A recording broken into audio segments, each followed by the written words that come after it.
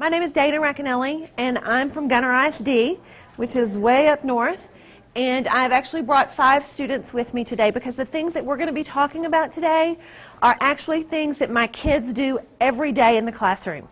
So that technology is integrated in seamlessly. It's not an add-on. It's not an addition. It's not something I teach. It's something that we do fluidly throughout the day, every single day.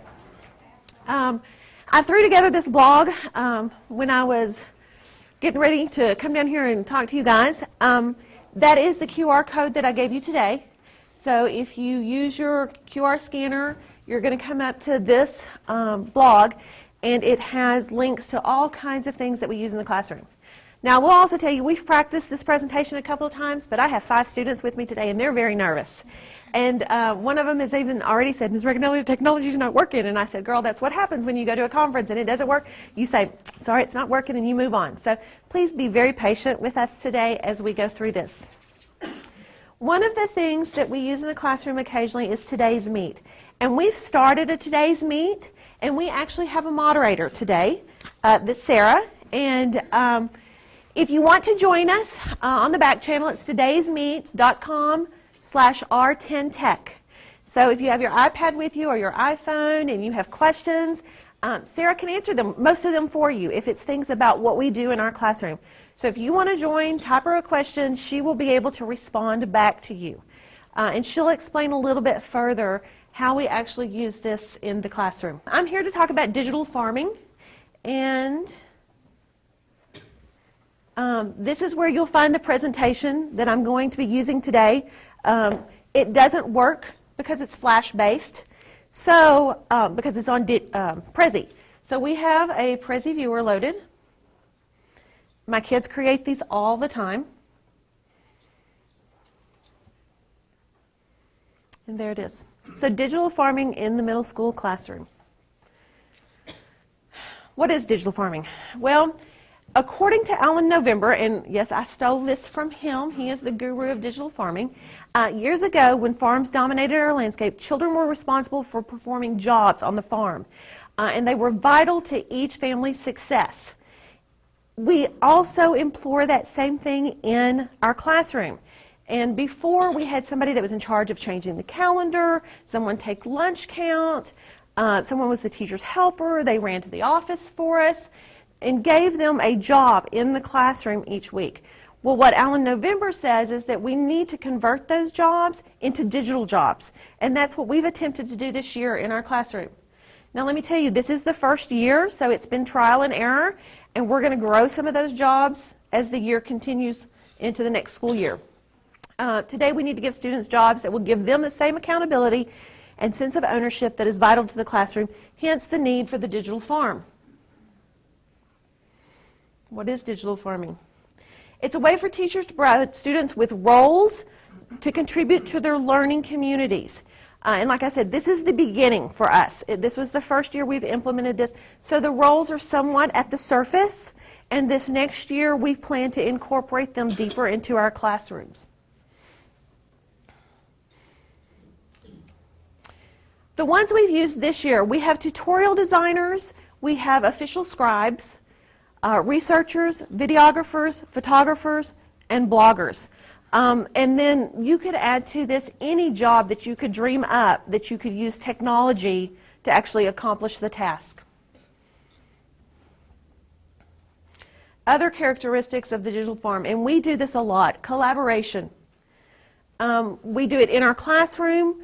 Right now we're working with other students across the country, and I'm part of a project called the Global Classroom where I am collaborating with teachers around the world. And so we're really trying to pull all of the pieces together in our classrooms so that our students are actually the ones doing that, not just the teachers. For example, in our classroom, our students do a lot of Google Docs and Google presentations where they're working together on different types of presentations that they're giving to the class or different types of learning. Across the country, again, we just started that this past week. We've connected with a school in Iowa. Every Friday we have something in my class called Genius Hour, and the kids get to choose what they want to learn about. they spend 2 weeks learning or researching. They spend a week preparing what they've learned, and then the 4th week they actually present what they've learned. So far, because we're in the beginning stages, it's all been presentation type stuff. But this last week, I challenged them. Maybe they want to learn to play a song on the piano. Well, all of our iPad apps, all of our iPads have apps that have keyboards on them. So they could actually learn to play a song or learn to read very simple music. Maybe they could learn a little bit of foreign language. We don't have foreign language at our school until you get to high school. And so for my middle school students, they could look into tutorials to learn the very basics of French or Spanish. But it's just to incorporate their individual learning into our classroom. And then again, I can share more with you if you're interested about the Global Classroom Project. Okay, tutorial designers. We have our resident tutorial designer, Madison. She does an excellent job of designing tutorials for us.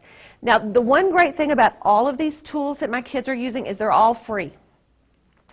Jing, Screencast-O-Matic, ShowMe, Educreations, and Canovio are all different types of recording devices that the kids can use to create tutorials. And Madison has created several for us. We have one on apostrophes. We have one on prepositional phrases. She's done some on math. Anything that someone in my classroom says, Ms. Reganelli, I don't understand it. Those are the first words out of her mouth. Ms. Reganelli, I'll make a tutorial. Okay, and so we're capturing those and we're housing them on a website that belongs to the 6th grade so that when the kids get home, if they need help with whatever that subject was that day, they've got a tutorial there that Madison has created. Hopefully we're going to get some more kids creating tutorials, but she's the one that's really grasped hold and done a good job of doing that. Jing is a screen capture tool, so it's Screencast-O-Matic. The ShowMe and the Educreations, these are both iPad apps. They're both free, and they're both very, very similar. The Educreations is a little bit more robust than the ShowMe app is, but they're fairly equal. And then Canovio, it is a web-based program. Again, pretty cool. It allows them to create PowerPoints, upload the PowerPoints, and then do a voiceover, or they can do a side-by-side where they have the PowerPoints on one side and their actual physical recording. It records their, them talking, their face. It's a camera so that they have the video and the picture of them, the video of them actually side by side. So they have a couple of options to do there. Okay, we have an official scribe in our classroom, and that will change. Sometimes I do it pen and paper, and I'll run down to the copier and I'll convert it to a JPEG and I'll load it to the website for them so that everybody has a copy of good notes. But sometimes our note taker is Sarah, and we'll either do today's meet like she's doing today, and we'll keep a record of what's going on. When we've had mystery Skypes where we're asking specific questions to try to figure out where the other classroom is via Skype, she will record so that we can go back and find out, have we already asked that question? Did they ask us that question? Or in one instance, we had to cut it short. We didn't get to finish. So I was then able to email that record to the other teacher, and we knew where to begin for the next session, which was 2 weeks later. So that's a great way to do notes. The other thing that my kids use is Cornell Notes. And we do have a Google Doc for that, and it's a share. Someone created it and shared it. It's public. So if you wanted to use it in your classroom, you could also do that. Again, it's just a Google template that they're able to capture their notes on, and then we can post it to the web so that everybody has a good copy of notes. And the official scribe is a really important job in the classroom, especially for those students who aren't good at note-taking. They get home with the correct information that you want them to have. Okay, one of the most important jobs in the classroom, truly, it happens every day, is our blog. I do not work on the blog.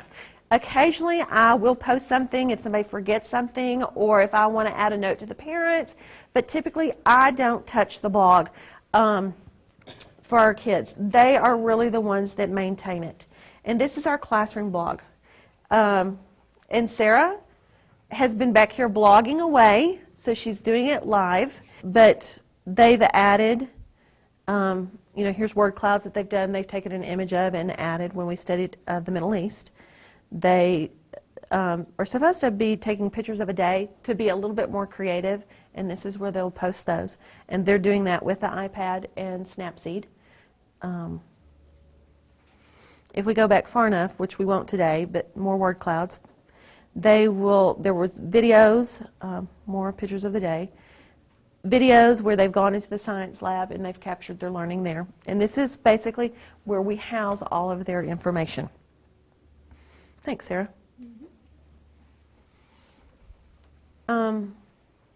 We do use Blogger for our blogs, and if you actually end up on my class page, you're going to see that we work off of a blog all day long. I create a blog for each unit of study we have. Y'all are welcome to look at those. I connect, because I teach social studies, so I connect all kinds of videos and things I find on the internet that I want them to look and see. One of the things we did last week, part of this global project, there is a teacher over in Southeast Asia, and she is traveling all of Southeast Asia, introducing technology to the children there that don't have it. And so they're creating their own digital stories, and my kids' homework was to watch 3 videos, 3 minutes each, about children in Cambodia. And not some glorified video. This is the children making their own videos about themselves. And so they share things that way. All of the photo and the tutorial, all of those tools are there. So if you need to find anything, the link to the Cornell notes, if you want to use that, everything's there. Here is a list. This is a Google Doc, and it basically breaks down the responsibilities of each of those jobs that we have in our classroom.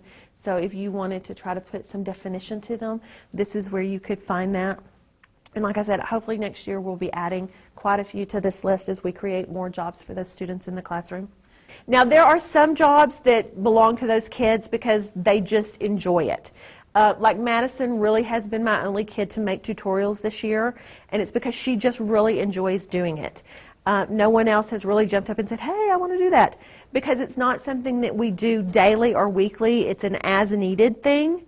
So next year, when I'm a little more evolved with this, I will have more students. Madison will help me transition that responsibility to a couple of students next year. And as they get more comfortable with it, we can expand it. But as every student has a job then? They all have a job. They just don't all have that job. Like everybody in my classroom blogs at some point during the year. I do weekly jobs, not daily jobs. That's something I'm going to revisit next year because I think daily, changing it daily, may be more beneficial than them having to do it for a week. But right now, every week we change jobs. And so, this week Sarah's blogging, next week Alexis will blog. So, but like I said, next year I'm looking at maybe changing it on a daily basis versus a weekly basis, just so more people get involved more often.